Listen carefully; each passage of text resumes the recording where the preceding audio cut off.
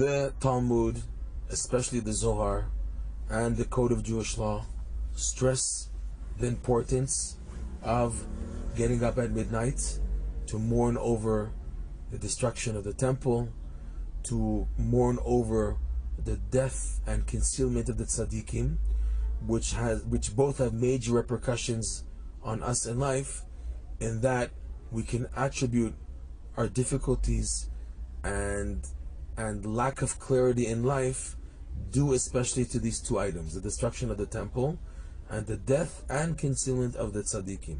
That because of these two items, we lack clarity and guidance in life, and we can't function to our maximum capabilities because of these two missing.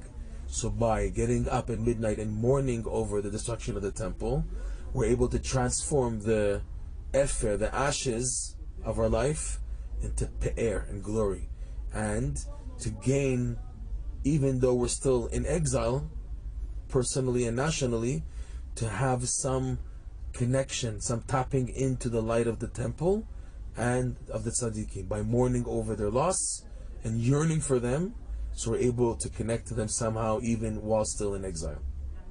Rabbi Nachman also, of course, emphasized the tremendous importance and benefit of getting up at midnight. However, Reb Noson, he understood that man has frailties, man has weaknesses, and understood that not every person is a warrior that can just in the middle of the night get up and out of bed. Some people have difficulties going to bed even that early. Some people, they go to bed even after midnight, 1, 2 in the morning, right? But still, even people who try to go to bed early and try to wake up, even they have major difficulties getting up at midnight, whether it's for physical, medical issues, or just laziness, or it's so cold and the person's so comfortable under his 2 blankets, whatever it is, or a person's too tired, he has many excuses. To all of these things, Reb Noson said something amazing.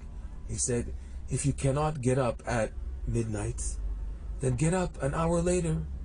And if you cannot get up an hour later, get up 2 hours later. And if you can't, get up 3 hours later. The point is, the earlier, the better. Okay? And in line with this, we will continue to say that if you can't even get up at all, from between midnight and the beginning of the morning, so at least get up as early as possible. And whatever the situation, do not feel guilty. Don't hit yourself. Look at you. You set your alarm clock for midnight and you wake up at 8 in the morning.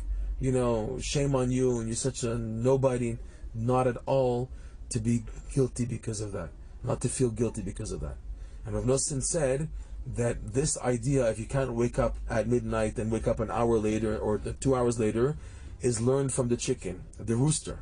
It's said about the rooster that at midnight it starts crowing. It starts letting out its crowing, starts calling out the rooster, and then an hour later again it starts letting out its calls, and then an hour again. It's like a divine alarm clock.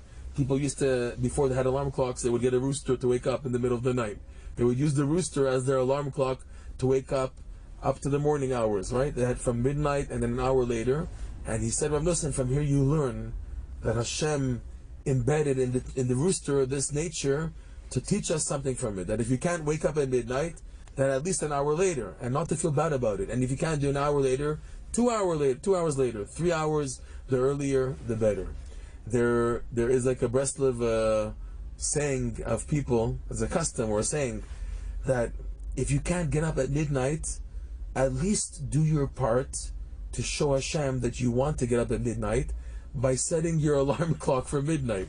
Even though you may not hear it, or you turn it off after 5 seconds, at least you did some indication, some item you did to show Hashem, I want to wake up, I'm trying my best, it's not working out, what can I do, Hashem? I'm doing my best though, I'm not going to feel bad and guilty and shame on you because of it. I did my best in trying to get up at midnight. I set my alarm clock. I set 4 alarm clocks, 1 for midnight, 1 for an hour later, 1 for 2 in the morning. Hashem, I did my best. Please take that in consideration.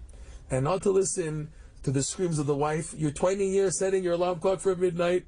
You know, you don't wake up for 20 years, so just stop.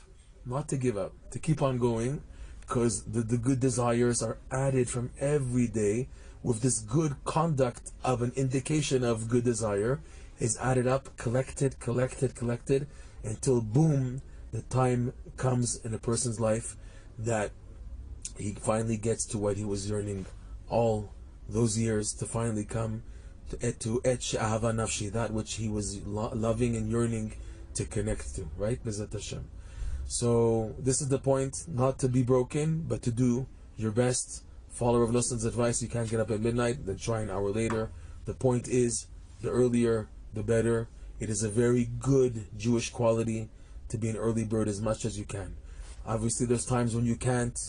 You have weddings, bar mitzvahs, you have to help. There's personal issues that come up, things that are out of your control, or you just don't feel right and feel upside down. You need to talk to somebody or to do something, whatever. It's understood with human beings. But this is the goal, and to at least aim for it and yearn for it, and to dive in for this attitude of being a good early bird.